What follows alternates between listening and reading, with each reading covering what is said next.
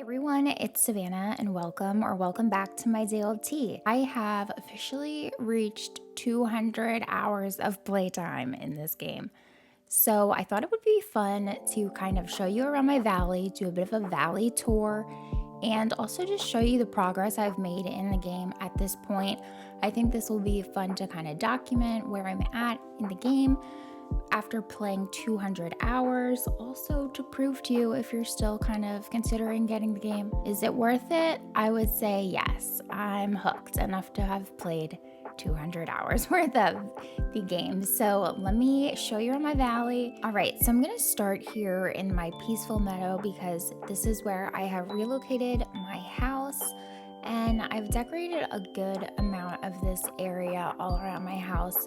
I also moved the wishing well to be right by my house so I can get in there easily. And I also have Merlin's house placed next to mine. So he's my little neighbor, and I just have his yard decorated with some books and things like that. And the overall kind of color scheme for this area is lots of blues, purples, greens. Over here, I also have a garden, and this is one of my favorite parts in my valley. I have Goofy stall located next to this as well, so I can easily buy seeds and also sell things to him really fast. So all back here, I just have some areas to do farming. I have a chest to store some seeds, and then I also have a little campfire cooking bench so that I can easily prepare some meals. This is one of the first areas that I really fell in love with in this game as far as decorating. So I'm really happy with this area. I think it will continue to evolve as I play with the game and unlock more items, but I love just the overall symmetry of this build. And of course, I use that area all the time. So let's go on over here, a little zen garden kind of area, just some filler items, decorative things, also the wishing well over here. So yeah, just kind of like a natural overgrown kind of walkway. And then you'll see in the center of my peaceful meadow, I have this gigantic fountain as just kind of like a big centerpiece. And I've circled this with some shrubs because you can actually walk on this purple here, which is pretty cool. And then this other half of my meadow is not really decorated. I've done some pathing just kind of around this pond, but it's very much still a work in progress. And unfortunately, there's not much to show you left here. But we will make our way up the stairs into the plaza, which you can see has a very different feel. So, my plaza, I kind of want to have kind of like a tropical resort kind of vibe. So I have a lot of Little Mermaid items placed and palm trees used throughout this area as well. I actually have a tutorial on how I did this plaza area, so I will link that for you if you'd like to check that out. And then to the right on this path, I have Remy's house, which unfortunately I haven't really taken the time to decorate yet. But over here at his restaurant, I have done a bit of decorating. I made it kind of like a tropical outdoor patio. Maybe it's kind of like a tiki bar. I don't know. I plan on kind of expanding this maybe to this other section to the right of the restaurant, maybe extending more of like an outdoor patio kind of vibe for the restaurant. And I love this Moana rock item that I've tucked back here. Oops, I can see that there is a hidden little Halloween pumpkin left back there. I'll have to get that later. So anyway, if we continue along, this other side is where I have placed my Scrooge's store. Also, I have not taken the time to decorate outside of Scrooge's at all. So, unfortunately, it's quite bare here. And then I have randomly placed the swimming pool here. I don't think this is gonna stay, but hey, it's here right now, as well as this fountain. I like this fountain, but I don't like the fire all the time. The fire is a lot for me for some reason. Wish I could turn that off. This is basically what my plaza looks like at this point. Definitely very much still a work in progress. From here, I guess we should go on over to the Forest of Valor because I've done quite a bit of decorating over in this area as well. So when you come here, you can immediately see Goofy's house, which I've done in a very cottagecore kind of style. I love how his house actually looks here. I'm actually quite jealous of it. Next to the river here, like what a great spot. Cozy in the woods. And then here is very much a work in progress. I've been figuring out how I want to do my storage in this game. So I've been playing with the idea of storing my materials here outside of Kristoff's stall, but I think I might be changing this. If we circle back this way, I have a little cooking station next to the river. And you know what? I just noticed again, I keep putting the picnic table right in this area and it keeps disappearing. The game will not let me put my picnic table there, I guess. Over here, I have a DIY bench as well as just a cute little sitting area that unfortunately you can actually just not sit at because there's not enough space in between the table and chairs. Now here I've placed the clock tower and I think it looks so cute with the vine growing up it here, kind of like the forest is overtaking the clock tower. I like how that looks. Back here is where I have relocated all of my trees and made an orchard, and I featured the wishing well in the center here. So I love this. I'll kind of walk you through and show you exactly what I've done. So I've moved the lemon trees, cocoa bean trees, cherry trees, as well as the apple trees all the way over here.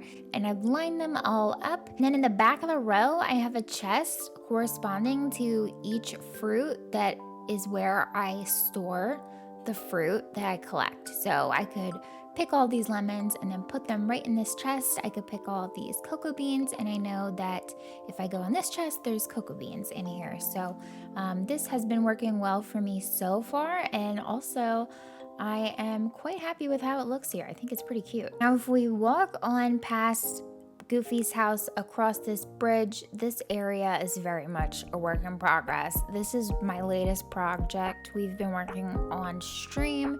In addition to my storage problem, is I want to make this area into a functional storage area, but I want it to be aesthetically looking like a cute little farmer's market. So I'm working on figuring out how I want to lay that out. I also would like for this area to be functional as a farm, so I want to be able to place crops. Also, I have been dying to use this adorable veggie stand, and I need it to be the star of this build. So I'm just kind of like waiting to have the right items, I guess, to do with the build I want to do over here, because I just feel like I don't really know what to do yet. Along here, this has been my latest pride and joy. It's totally unnecessary, but I have lined up all of my produce, all of my harvestables go in here, so the chests correspond to whatever's in them is right on top with the seed bag. All you have to do in order, if you want to make something like this, is just drop one seed bag and then go in your furniture tab and then drop it right on the table. It's just as easy as that. I've also moved my Wally's garden over here. So that's what's happening on this side of the Forest of Valor. Let me head on over to this other section, which is where Minnie and Mickey's houses are, and I have not taken the time to decorate their houses yet, but I have just lately kind of been brainstorming an idea, so I think I'm almost ready to tackle building this area. So stay tuned for a stream or speed build video for that. Okay, now from here, I think that it only makes sense to go up here and check out the Frosted Heights. Unfortunately, I have not done much on this whole section of Frosted Heights. I've done literally nothing besides put this chest here next to my Goofy stall and also this little workbench. but I'll show you something I've been doing in each biome is placing a chest, usually by the Goofy stall, and this will hold all of the harvestable items that I collect in this biome. So I put all the flowers I clean up in this area, as well as whatever herb or spice is grown. For instance, in this case, it's mint. So I just kind of drop all those things in there. And then I would also put the favorite food of whatever critter lives in that biome, but I don't have any for the foxes at this time right now in my chest, but that would also be in here. So if we go to the other side of the bridge here, this is where I've placed my wishing well, and I've also moved Anna and Kristoff's house over here. I've done a whole speed build on this area, making this kind of hot tub lounge hideaway for Anna and Kristoff. So I'll link that if you're interested in seeing it. I have been considering switching up this area now that I have some new frozen items I'd like to use. I'm kind of considering maybe changing this up. So let me know what you think about that. All right, so now I've brought us down to Dazzle Beach, and I sadly have decorated basically none of my beach. And I feel really sad about it because there's really cute beach items that I want to use. I just have not gotten to decorating this area. It's very functional for me though. I have Moana's boat. I have lots of chests to store my fish here next to the wishing well. I also have a cooking area, crafting area, and Goofy stall. And this is all across from Eric's house, which I kind of just plopped here, but I actually kind of like it here now. I actually kind of like Moana's pool next to his house as well. So I think I might keep those items, but maybe kind of rearrange them a little bit. Over here we have Maui's house, and then I have moved all my coconut trees to be in a line here with a chest to also store the coconuts. I can actually take these bananas out of here, so let me grab those. I have moved Donald's little boat out to sea. He enjoys it out there, and I enjoy him being far away from me, so it's a happy compromise. Here we have Ariel's house, very gorgeous, and then Moana I have moved over here on the beach. I would love to decorate Moana's house as well. That's a project I've been meaning and wanting to do. So let's make our way up here to the Glade of Trust, where I really actually don't have anything to show you, to be honest. I've done nothing over here. We have Mother Gothel's house. The only thing really worth showing you, I guess, is that I've moved Ursula's house over here. I think it looks quite cool, tucked in the corner here. And I like knowing that Ursula and Mother Gothel can hang out together and scheme because they're two baddies. All right, so now heading into the Sunlit Plateau, I have a little kind of workstation once again set up here. I also have Wally's house placed here, as well as all of my banana trees, because we decided that they look really nice in this biome. I have been thinking about wanting to do a build with Wally's house finally, actually. I think it does look quite nice in the Sunlit Plateau, so let me know if you want to see a video of how I would decorate Wally's house. And then this whole section of the Sunlit Plateau, there's really nothing to show you. Ursula just got a little camera shy, so I think it's time we head over to Scar's section. So over here is my elephant graveyard, and this is where I have Scar's fortress. So we actually decorated this on stream, so if you want to see that, you can check out my channel for that stream. But we have this whole kind of like very fancy desert lair for him. I think he really enjoys it, and I'm really happy with how this whole area turned out. Now coming up here, we have the Forbidden Lands, and I decorated a lot of this on stream, and we made it very much a Halloween area. So that's still what this area looks like. And honestly, I might keep it like this because I like it kind of spooky. So over here to the left, I have my wishing well. And then next to that, we have, of course, the pumpkin house, which we don't really know who's going to live in there yet. I think it'll be the fairy godmother.